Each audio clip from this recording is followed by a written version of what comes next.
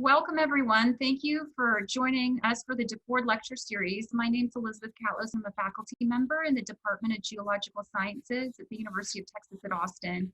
We're part of the Jackson School of Geosciences, and the DeFord Lecture Series is our department lecture seminar series. It's been a tradition requirement for graduate students since the late 1940s, and the lecture series is named after Professor Roland DeFord, who joined the university as a professor in 1948 with the purpose of enhancing the quality of the graduate program of the department. Just a little housekeeping before we get started. If you have any questions during the presentation, please type them into the Q&A box in the Zoom control panel, and we'll bring them up after the presentation. This talk is being recorded, and I'll post the link for the recording on the DeFord website, and we'd like to encourage you to share this with your social networks. Our speaker today will be introduced by Dean Mora, who's Dean of the Jackson School of Geosciences here at UT Austin. Dean Mora? Thanks, Liz. For today's lecture and discussion, I have the privilege of introducing one of our own, Dr. Scott W. Tinker. Dr. Tinker, can I call you Scott? Please. Scott is the all-day Centennial Chair in Subsurface Geology and Chief of Carpetland, or what people on the outside would call the Director of the Bureau of Economic Geology, and therefore he's also the State Geologist of Texas. Scott is a very accomplished geoscientist who's led as president the American Geosciences Institute, the Association of American State Geologists, and the Gulf Coast Association of Geological Sciences, or Geological Societies. And his work has received many honors, including the AAPG Halbity Distinguished Leadership Award and the AGI Ian Campbell Medal. And he's been distinguished lecturers for a host of societies, including AAPG, the Society of Petroleum Engineers, and GSA. Scott left a 17-year career in the oil and gas industry to come to UT Austin in 2000. That's before the Jackson School was even formed, as the director of BEG. Gee, that's 20 years, Scott. It seems like we should have a party. If you've ever spoken with Scott, you know he's passionate about energy, and not just oil and gas, but energy with a capital E. He asks big questions about the relationship between energy and the environment and economy, and he considers the human face of global energy needs. He exercises this passion with countless hours and efforts to inform the public about energy and energy challenges through the Switch Energy Alliance, which is a nonprofit that he founded for this purpose.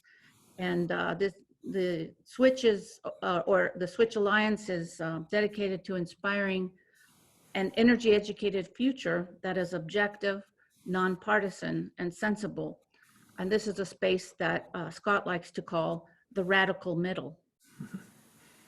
Scott's screenwriter and star of two films, Switch, an earlier film that explored the different sources of energy for the future, and Switch On, which you all have watched, which delves into the tightly entwined relationship between energy and poverty. So at this point, please help me welcome our speaker, Dr. Tinker. Thank you, Dean Mora. That was a very nice introduction. I appreciate that. And welcome, everyone. Thanks for spending your time here. We will dive right in today with a quote from my favorite philosopher, Yogi Berra: "If the world was perfect, it wouldn't be." And with that, we'll kind of ask ourselves, hey, does everyone have sound? And my wife and I were very lucky to see this actual painting, and I just thought this kind of captured the COVID Zoom moment, if you will. So let's get started. What does little to no energy actually mean? Well, there are three kinds of people in the world: those who are good at math and those who aren't. So ask yourself, which of the three are you? And here's some pretty simple math. The annual energy consumption of a person in each of these countries is shown here. And maybe a kilowatt hour doesn't mean much to you, it might. But if it doesn't, I want to compare it to something that will mean something to most of us who live in the wealthy world, of the developed world. To my refrigerator, my fridge. My fridge consumes 9 times more energy than the average person in Ethiopia, 3 times more than the average Kenyan. And I'm a geologist. I actually have a second fridge with beer in it, so I'm doing worse than this in many ways. And that gives you a feeling for scale, some of the challenge. And Ethiopia and Kenya, those of you who were able to watch Switch On, we featured those two countries and others in our film. So this leads to some very big challenges, this energy poverty or poverty. And I've listed some here. I think most of us would agree these are big global challenges facing the world, and I've alphabetized them to not put any particular order on them. I didn't list poverty on here. And the reason for that is because so many of these things are tightly related to poverty. Housing and hunger, healthcare, gender equity, and other kinds of things that we'll talk about. And then left is climate change, a major global issue, of course, that the world is working on and facing today, and energy. And arguably, if you think about energy, access to energy underpins many of these issues. You can begin to address a lot of these things if you have affordable, available, reliable energy. So let's take a look at severe poverty. This is looking at economic poverty and energy poverty. So across the bottom is severe economic poverty, less than $3.10 a day of income for a family. And this is against the electrification rate of a country. How electrified is the country? Usually on a grid. The size of the circle is proportional to the population. So here you see Latin America, with Brazil being the largest country. It's mostly electrified, 80 to 90%, and 10 to 20% range of severe poverty. Now if I bring in Asia, a lot more people. China and India are the largest, of course, but other big countries. Less electrified, more poverty. And then Africa. And about 1 billion people live in Africa now, and it's growing rapidly. And Kenya and Ethiopia are shown here as well, a couple countries that we featured. Not that electrified, a few economies, and severe poverty. So you can see this relationship, correlation, if you will, not causation necessarily, but this relationship between severe poverty and access to energy with electricity as a proxy for that. And it leads us to a dilemma, or a paradox. Energy won't end poverty in and of itself, but you can't end poverty without energy. And that's the great challenge that the world faces. Another way to think about this is on a per person basis. So across the bottom you see GDP per person, a measure of economic health, if you will, against electric power consumption per person on the left side. And I'm showing about 15 or so of the world's large economies. You can see there's a strong correlation. The more electricity I consume per person, the more GDP per person. With the U.S. in 1990, this is 1990 data, being up there in the upper right in white. Now let's fast forward a quarter of a century and watch these developed nations shift hard right. They double their GDP without raising their energy consumption much. The middle countries, South Korea and a few others in there, watch what happens there. You see South Korea go way up the curve. You know, GDP approaching that of Japan, and its energy consumption rises as well. Russia, Malaysia. And then in the lower left, mostly BRIC nations, Brazil, China, India. Not much consumption at all. Look at where China and India were in 1990, I'm sorry. No energy, no GDP effectively. To be sure, there were very wealthy people, but as in the aggregate as a country. And then the change over 25 years looks like this. India doesn't move much. China is beginning to rise up, of course, both on an electric consumption basis and GDP. If I isolate just these 4 countries, it turns out that's about 1/3 of the world's population. Look at the correlation between access to electricity and wealth on a per capita basis. In fact, China has passed the United States long since in terms of the actual size of the economy, not per capita, the total economy. Per person basis, much less, but a lot more people. Put all the countries back on, and we made a film called Switch, and some of you might have seen this. It came out in 2012, and we're actually working on some updates now. And it featured energy as a star. We went to a dozen countries where energy featured the best energy in the world and looked at pros and cons of all forms. Critical thinking, the good and the bad. But we kind of missed out on about 4 billion other people in the world that don't have as much any energy at all. And that's when Harry Lynch, the filmmaker, and I decided to form the Switch Energy Alliance. We got back together, we've done a lot of other things, but one of our big projects was this next film called Switch On, to look at energy access, energy poverty, energy inequality for the world. Because it turns out everyone wants to rise and grow. They want to improve their human condition. And they could follow the line that the world has followed and do that. Perhaps there's a way to grow and industrialize without consuming so much energy per person.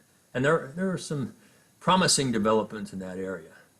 And you can see now what things might look like in the coming 15 or 20 years as the developing and emerging world begins to grow. But it's time to power the people. And sadly, a couple of the greatest inhibitors to this are corruption and misinformation. Corruption really dominates at all levels. Leaders of often autocratic nations say they want to lift their people from poverty, but the actions don't often support it. And it comes down through local and right into community levels, corruption at all levels. And that's in all countries, by the way. Developed nations have it too, but it's exposed more.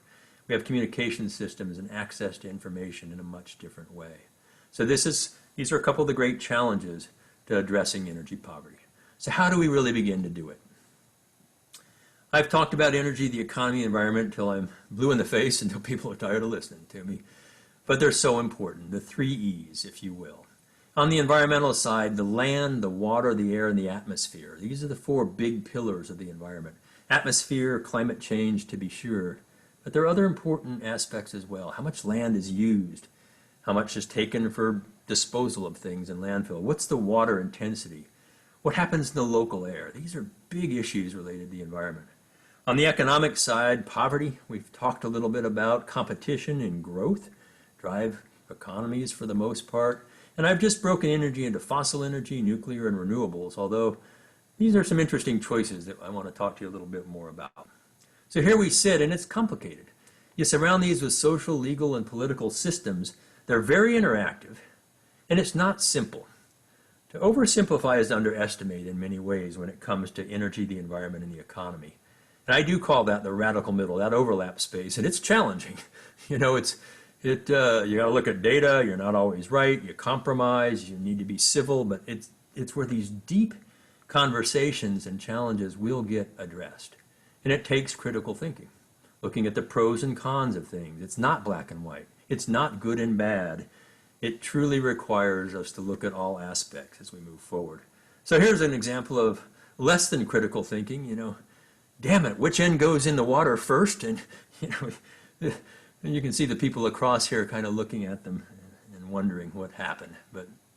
So let's start with the 3 E's. On the economy side, and I'll just take a COVID moment. I have a couple of these. You know, if you thought toilet paper buying was crazy, just wait until 300 million people all want a haircut at the same time.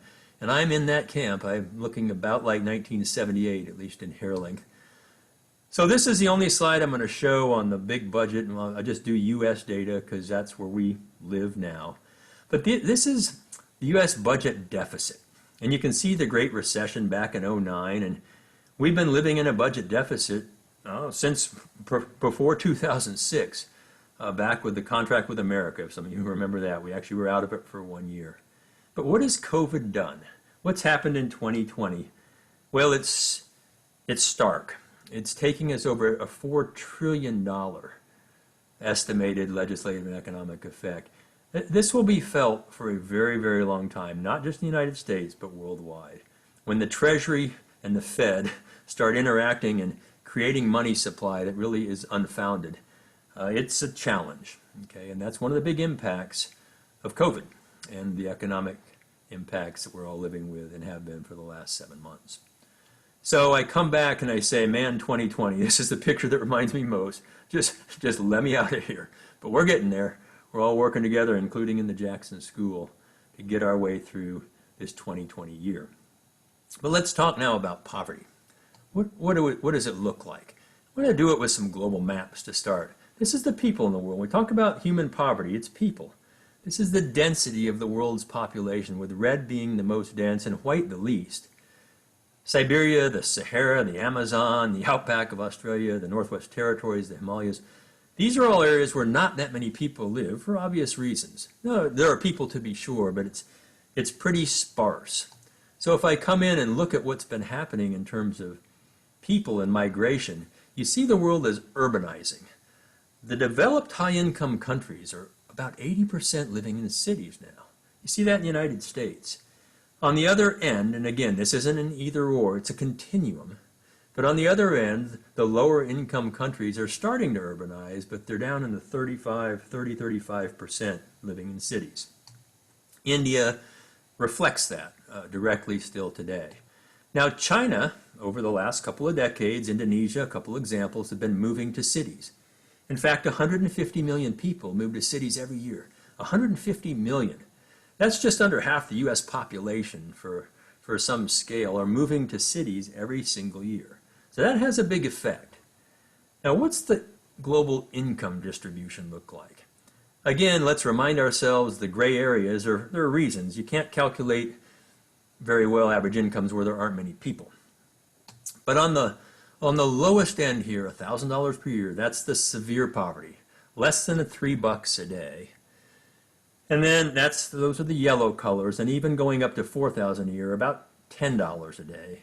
Severe poverty, the red. That's all over the world. There are pockets of that everywhere in the world, including the United States. But it's concentrated. I've put some ovals around some of the concentrated areas of severe poverty. And this is what we featured in Switch On. I'm not going to dwell on this. If you haven't seen the film, I would love you to, and if you had, you'll recognize some of these. We went to Colombia and worked for a week, and actually for a couple years preceding that, to bring first electricity through solar photovoltaic microgrid.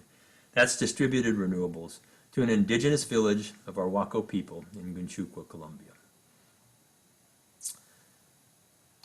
We went and filmed Ethiopia on the other end of the scale from a 3.5 kilowatt array in Colombia, which is, by the way, that's less than you would put on your house for that village, the central part. The other end of the scale is the Grand Ethiopian Renaissance Dam. This is a massive facility that's about 70% completed now. That's over a mile across. It's 6.4 gigawatts. That's about like 5 or 6 nuclear reactors in one dam. It's one of the biggest in the world. It's 3 times our Hoover Dam. But yet, just downstream to the right here are mud huts and thatched roofs. And we visited that village in the film and talked about some of the opportunities that come from having access to electricity. That's a centralized grid solution. That dam will power about 50 million people in Ethiopia, about half the world's population at today's consumption. And they can even sell electricity to the neighbors and make income and revenue. So it's changing the conversation in North Africa in a lot of ways. If you read The Economist, about every month you'll hear about the GERD, different components of it. If we go over to Nepal, right on the northern border of between India and parts of Mongolia and China there, we featured clean cooking. And Sonam Kanchi is in the right, spent a lot of time with her cooking indoors with wood, as all her family has for years. And in a neighboring village, you can see the cook stove on the left. That's kind of there for memory, but they have now natural gas, LPG cooktop, biogas, and even a plug for induction electric cooking. And it's changed the indoor atmosphere tremendously. Come back to Africa, to Kenya, see a whole different kind of poverty. This is called under the grid. This is, electricity is there, but you can't afford it. And there's a lot of conflict with stolen electricity versus legal electricity or that's brought in. Major challenges here. We feature that, and we have an episode that details even more some of the great story that sits behind this Kibera outside of Nairobi. But the point is, whether it's stolen or legal or paid for, the people in this village now have access to electricity. The lights are on at night, the markets are open, the schools have electricity and lights in them, and it's safer for kids, particularly at night, to walk around the streets. So it's a good thing. It's beginning to make real changes in some of the world's slums. And finally, we went to Vietnam. And again, a different scale there. Vietnam is coming up the economic curve already, but they're accelerating that. They produce a lot of the world's products, competing with China and other Southeast Asian nations. They've used all the hydro they can. They can't put in wind and solar. It's very topographic, thin jungle. They're not going to cut down the jungle to put in solar, and wind can come in the southern part a little bit. But they're going to build 50 new coal power plants in the next 20 years, 400 megawatt coal power plants. And we went into a coal mine and into a coal power plant and offshore to look at how they move it around. And it's how they can affordably and drive their electric economy. And by the way, the United States did this, Germany did this, the UK did this, China's doing this. Every big nation developed on coal, and then some are pushing through it. Talk about that in just a minute. So these are the kinds of things that are going on in emerging and developing economies. Now, as you add to that wealth curve up to $12,000 a year on the low end of high, that's the blue. $12,000 a year, that's $1,000 a month for a family. It's still not what most of us would consider high income. It doesn't exist that many places. The blue areas are somewhat isolated, and I've featured them here. And you can see some geography, 20 north and 20 south. So let's come into some other global things. This is annual mean temperature. You can see where people don't live, it's really hot or really cold.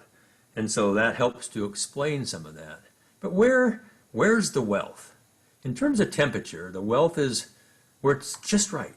Not too hot and not too cold. Goldilocks, if you will. And that's stretched north of North 20 and south of South 20, the tropics. Now again, there are wealthy people around the world, but in large populations, this is where it exists. And where is it poor? It's poor where it's really warm, equatorially regions, and other places as well, but really concentrated here. And there's a warranted concern that 3 degrees C, 3 degrees adds about 10% more heat, if you will, or temperature to already hot areas. That will hurt the world's poor, and that's a very warranted concern, particularly since if you're poor, you don't have any of the kinds of things that we use to manage our climate, our indoor climate. Air conditioning in Houston in the summer, heating in Stockholm, Sweden in the winter. That simply don't have the electricity to do that or the wherewithal financially to do that. And this final map is of the world at night. It's a composite satellite photo of electricity at night. You can see where the lights are on and where they're not on. It's a remarkable image we could talk forever about. But where are the lights on? It turns out where the lights are on is where it's wealthy. And it's dense lighting. And where the lights, and you can see actually nocturnal luminosity or lights at night per person against GDP. That's every country in the world.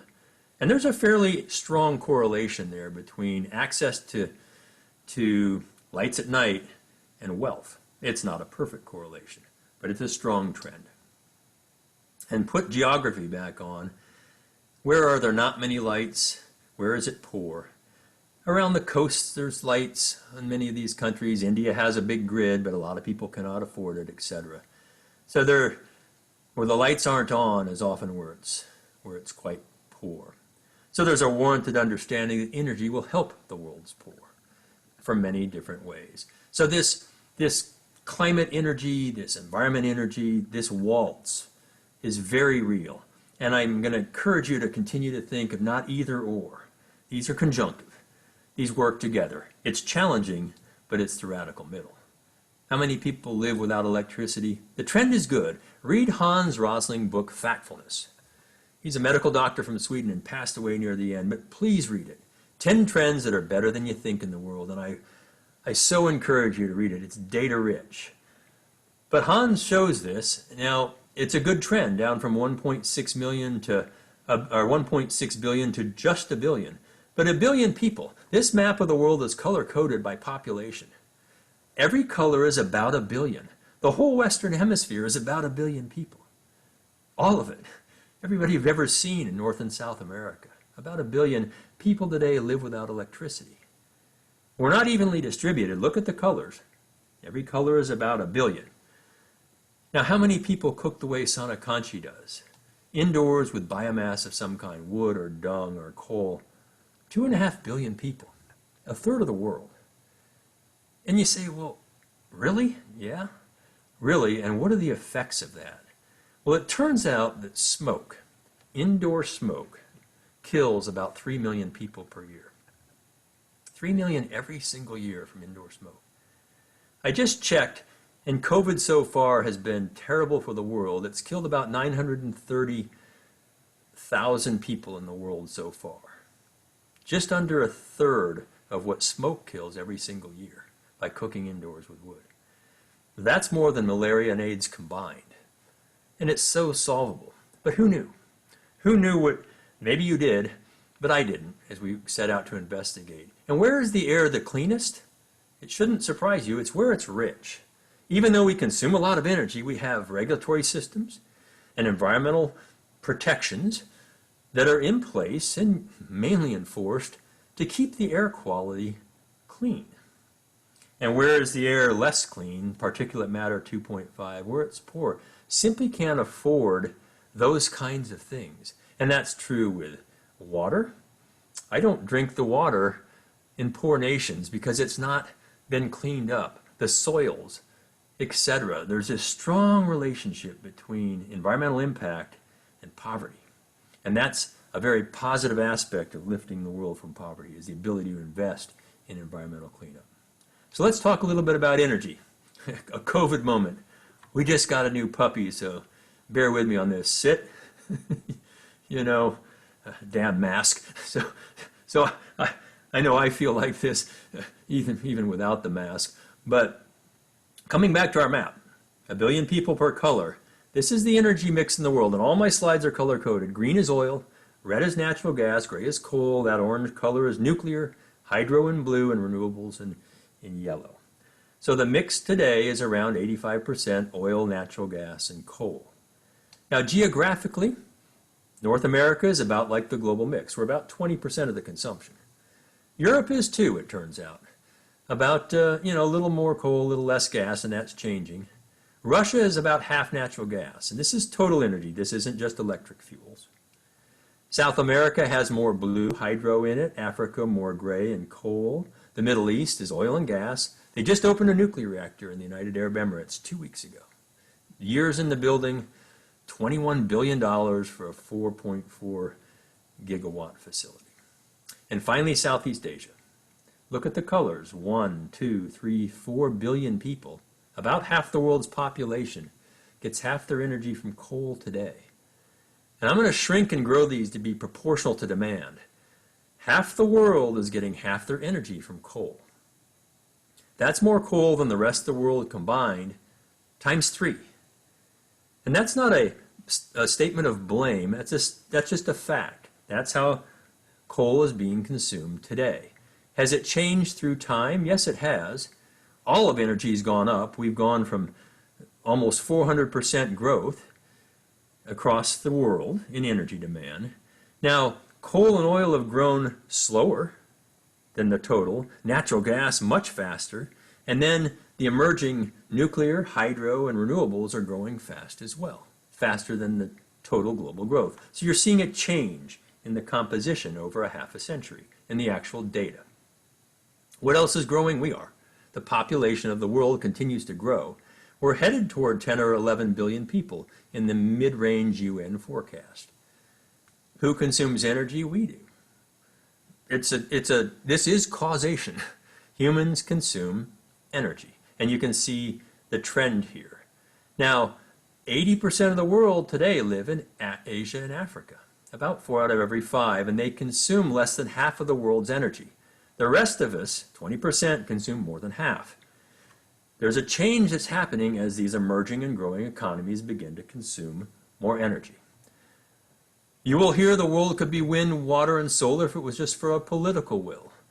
And we're in the middle of an election here in the United States. I'm not going to talk about politics, but what would that look like? What would a 98% wind, water, and solar world look like? This is one model with a reasonably low future energy demand. I've modeled it lower than most do, but COVID might bring that down, which is a good thing.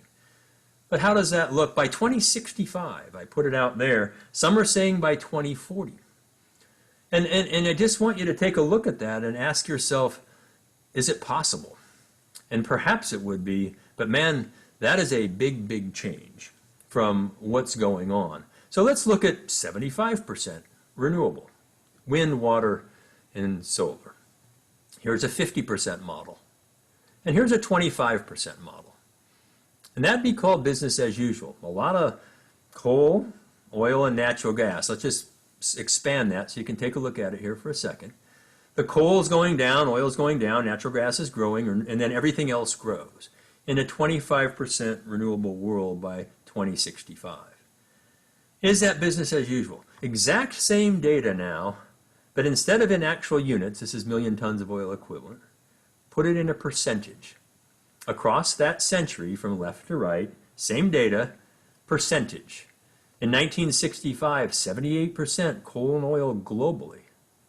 16% natural gas and nuclear, 6% hydro. Look at the right end. Coal and oil cut in half, natural gas and nuclear double, renewables go up fourfold, 4 times more. The left end doesn't look anything like the right end, and that's called an energy mix. That's called an energy transition. The transition from left to right is dramatic and challenging, but still, you might call it business as usual if you were just looking at that. So how we look at data and how we think about it matters a lot. Most people don't know how electricity is made or where gasoline comes from, but they think they do. I've said this so many times I started quoting myself, which is pathetic, okay? So what does this mean? We think we know these things, but how deeply? And let's just talk about electricity because it's such an important part of the conversation. So how is electricity made? If we don't grow it and we don't mine it, we have to make it. We boil water, make steam, turn a turbine, and run a generator. We boil a lot of water with coal, and that's the global coal use. We boil water with oil. We boil water by burning natural gas. Nuclear is a different source of heat to boil water. Hydro flows naturally, that's gravity, and there's solar and wind and geothermal biomass and everything else. So that's it. That's the total fuels, if you will, to make electrons, and electricity use is growing, as you can see here, tremendous growth in global electricity generation and use. Everything we generate, we use. We don't store it very well. Where? Same data, but now by region. North America and Europe are flat in electricity consumption. Economies are still growing, but we're getting a little more efficient. And then there's a tremendous increase in Asia in electricity demand. And then the rest of the world combined is hardly any. Remember, emerging and undeveloped economies, not consuming much energy yet. How about by country? China consumes the most. It's the largest economy. The U.S. is next, and then you come on down to the next biggest economies. I've left one off. Who's number 3? Well, look at the bottom. It's a little bit of a trick question. It's the tech sector. Technology consumes more electricity than any nation on Earth, except for the U.S. and China, and it will pass the United States. And you say, really? Yes, really. In fact, look around. You know, we're doing it right now. I took this at my daughter's soccer game. We were all diligently watching the game, I promise. As parents on our phones, the pets are on them. We're all on it. Have you heard of Bitcoin? You know how much electricity it consumes to make Bitcoins? 73 terawatt hours? More than Austria, the country of Austria, just to make Bitcoin? And how about the cloud? The thing that's allowing us to do this right now consumes 3% of the world's total electricity, more than most countries. 3% and growing tremendously because it's not a cloud. These are giant data centers that are storing and using electricity like you can't imagine. It produces about 400 million tons of CO2 every year just from the cloud. And the tech sector, of course, is much more than that. And it's no wonder Jeff Bezos and many others are making these pledges to, by 2040, no emissions and et cetera, by 2030. You know, this is one of the great challenges because there's only so much renewable energy you can buy credits for to satisfy these pledges. Today, renewable energy, solar and wind, satisfy about enough to drive the cloud. That's it. If the cloud buys those credits, there's no more for sale. Okay, so it's one of the great challenges, and we have to think deeply and critically about how we're going to get there. Now, if we look at coal, this is generation of coal by region. Turns out North America and Europe have been going down, and Asia is going way up with coal. You've already seen the data on the big map. And then the other countries in the world, they don't consume much coal, just a little bit. Tremendous amount consumed in Asia. I'm plotting against that showing you natural gas. And you can see there was a natural gas to coal ratio of 38% back in 1985, and it's 61% and growing today. Natural gas is replacing coal for power generation. There's a lot of good things there. It's not all good, but there's a lot of good. The sulfur, the nitrogen, the mercury, the particulates, those are all good. CO2 we can talk about a little bit. What's growing fastest is solar, exponential growth in solar generation around the world. So that, when you hear that solar is growing the fastest, that's a true statement. It's talking about the rate. The percentage growth is what that statement means. Here's all energy again, and I'm going to lay wind on top of that now.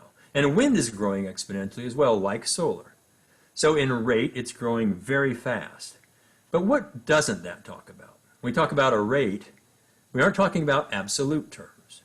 So let's scale wind and the world's electricity demand the same. Here we go.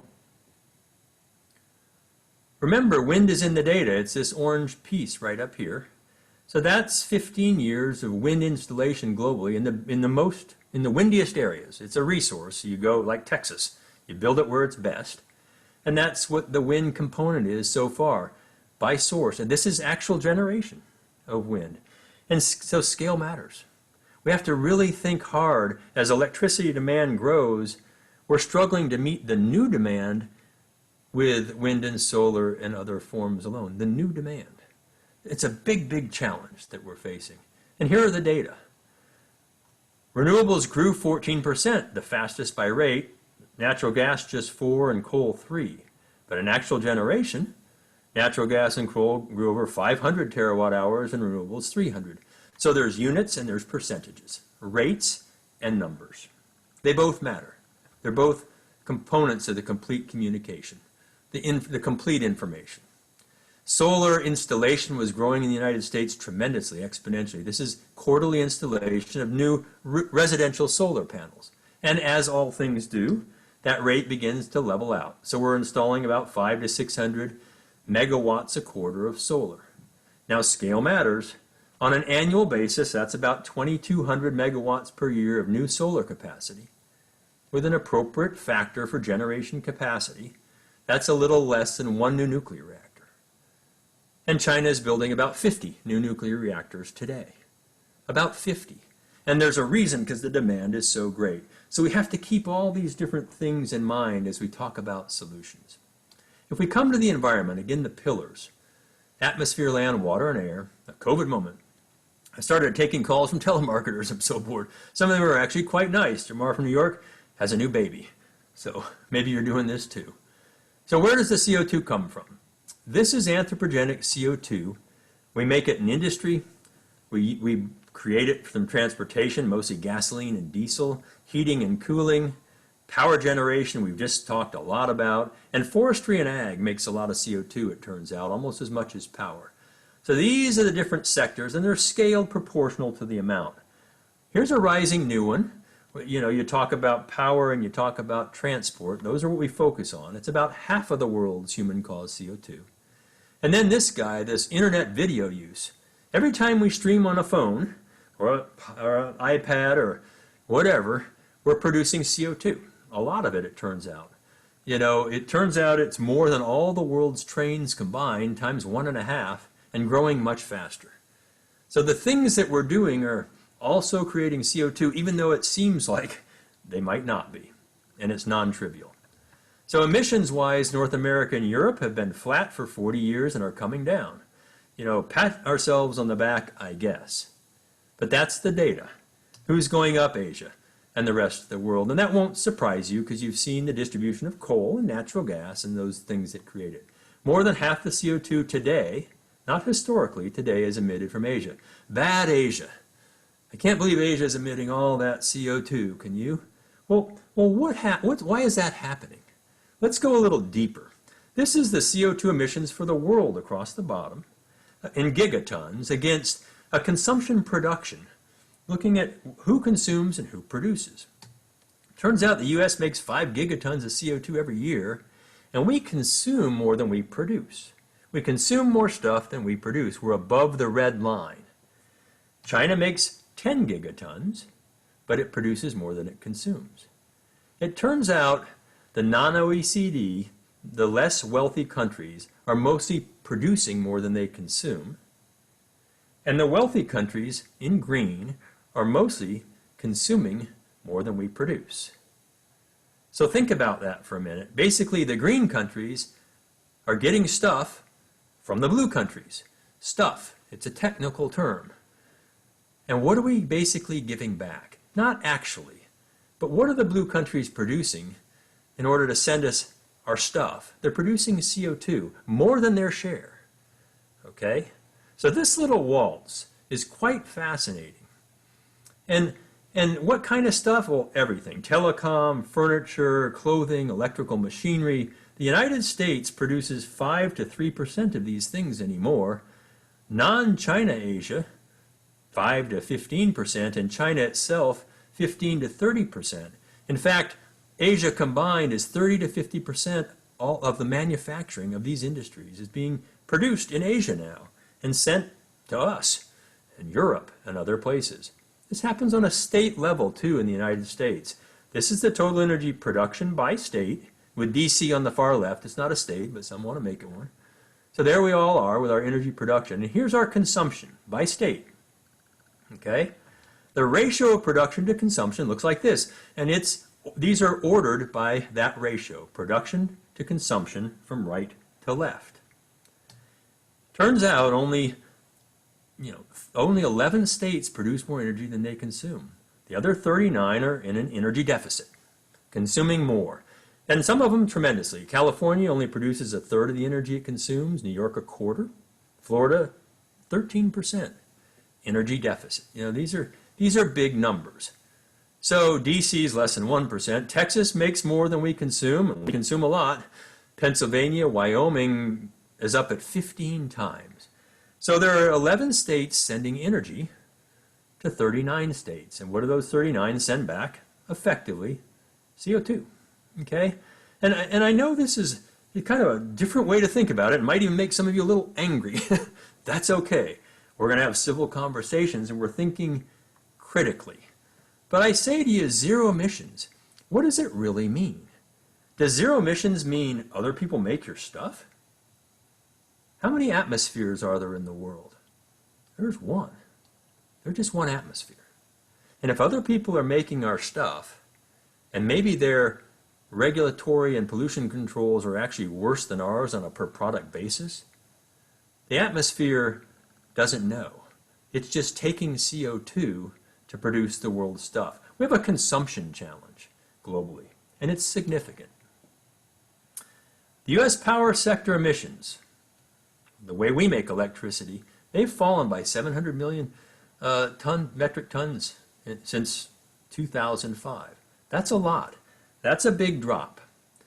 Now, in 2005, they were at 2,400 on this graph. 2015, they were at 1,900. 2015 happened what? Big national accord in Paris, the Paris Accords. We were at 1,900 million tons. To address that, the U.S. proposed the Clean Power Plan, and our target was 1,600 million tons by 2030. That's the green dot on the far right. So our power sector target for Paris, our Clean Power Plan, was going to produce 1,600. It turns out, most don't know it, we were already 2/3 of the way there because we used a base year of 2005. It was the highest year on record along with 2007, which seems kind of odd. And even now, we're already there. For the power sector, the United States in 2020, not with COVID, met our Paris power targets. Just the power sector, not all our targets, just in the power sector. Who knew that? How did that happen? Well, it happened like this. Coal plummeted, oil dropped, natural gas went way up. You see nuclear staying steady, even though we closed some plants, and then renewables grew as well, quite a bit. And so how did this happen? Natural gas, fracking, made it cheap, it replaced coal. Renewable policy, mostly in the States, expanded renewables, and then lower demand. We got more efficient, but we also moved some of it overseas, so that doesn't count in our one atmosphere. But that's what the mix did. That's a massive change in electricity fuels in a short amount of time. And shale replacing, gas replacing coal is a big deal because you have to have something called baseload electricity. It has to be always on and running to meet the minimum needs, and then it can balance itself with some of the more intermittent forms of electricity. It's a challenge. What if the world could do this? Well, this is the coal to gas ratio in Asia back in 1985. Coal to gas was 3x. Today it's 5x and 10 times more coal being burned because of the demand that's increasing. In the US, our coal to gas was 5x in 85, and today it's 0.9x.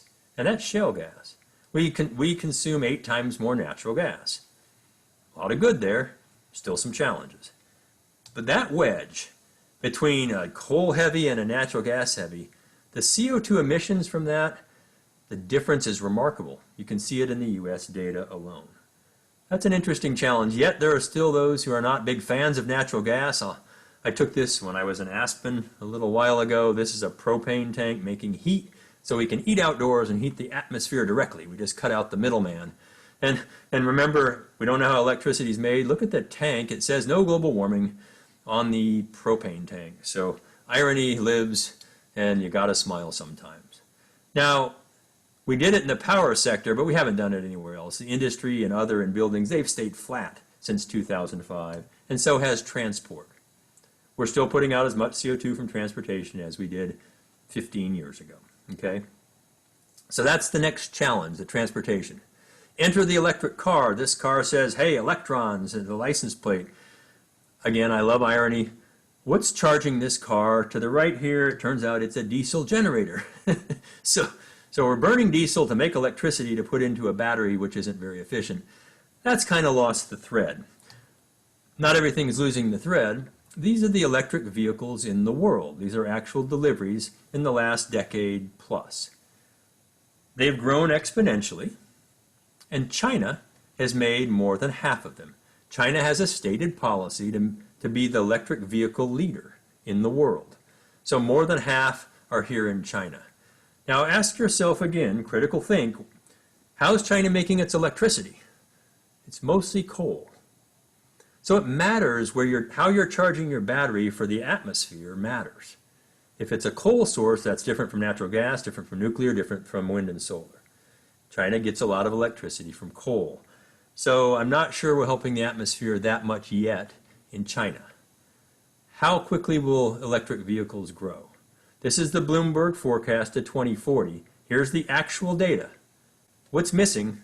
My favorite word, scale.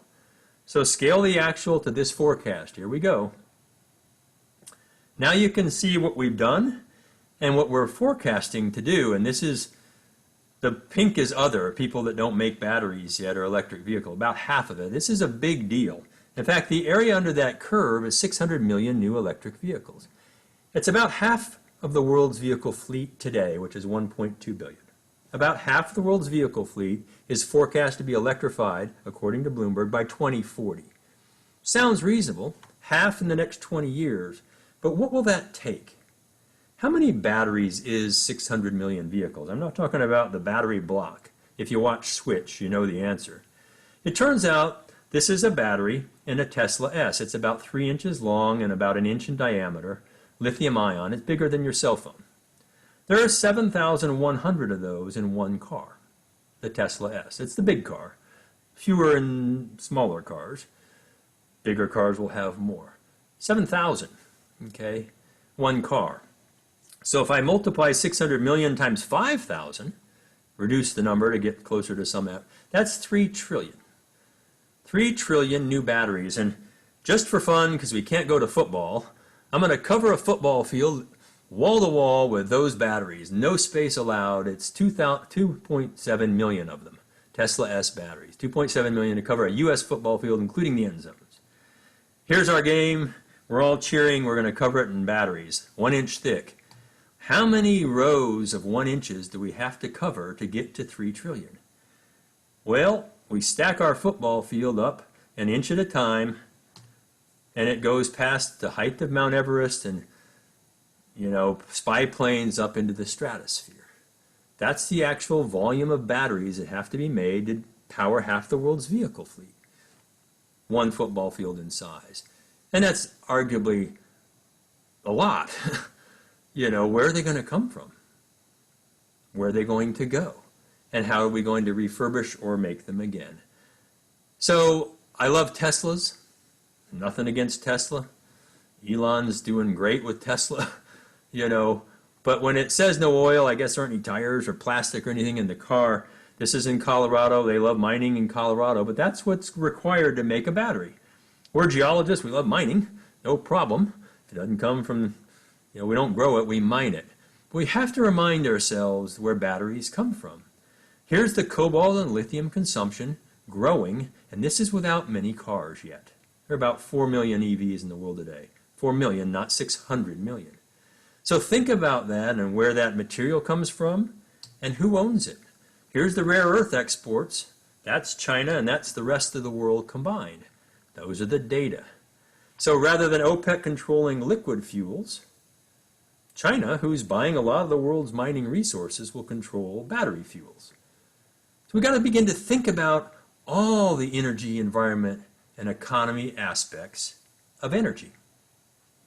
Is there impacts from coal and oil and natural gas? Of course there are.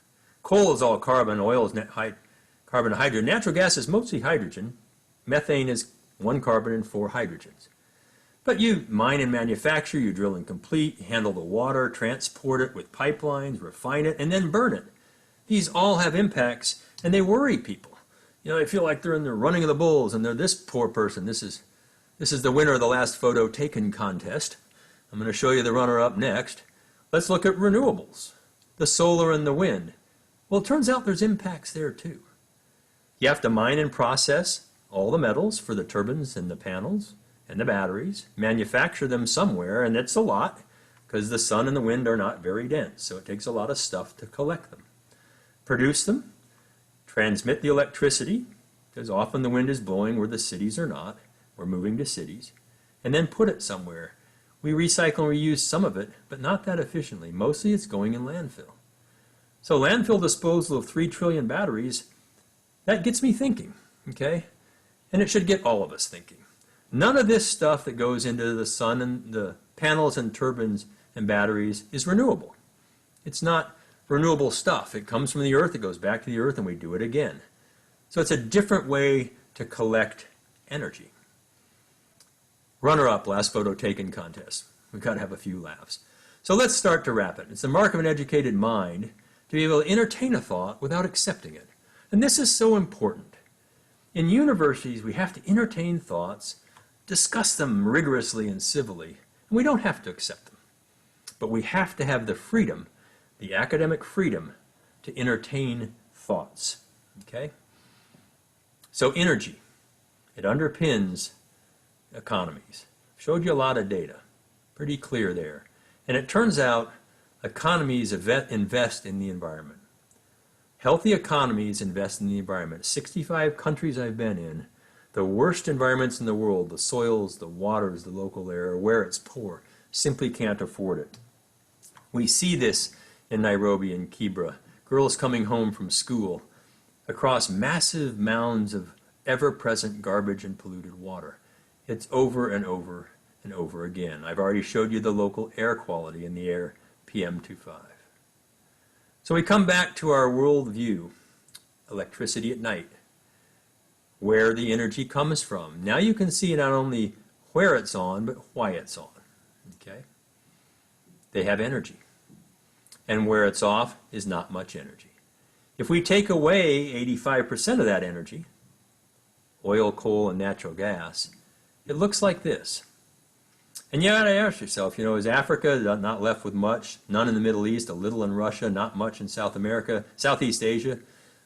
Doesn't leave much. So you say, will that happen? And should it happen? If I dampen the world's lights by 85%, it looks kind of like this. And that's tough. That's a tough challenge.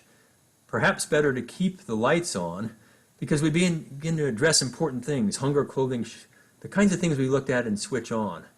But more than that, education, lights at night to read and in schools, refrigerators for vaccines and other kinds of health care.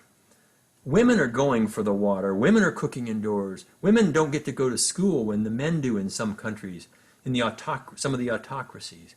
Women are severely disadvantaged relative to men in energy impoverished areas. Immigration and migration. We move where we don't have hope. Again, where it's severely poor. It's not that you want to leave where you've grown up for sometimes millennia, generationally. It happens when you're looking for something better for your family. Turns out fertility rates are directly tied to education. It's a tight correlation. Population growth is related to fertility rates. The developed nations' fertility rates are very low.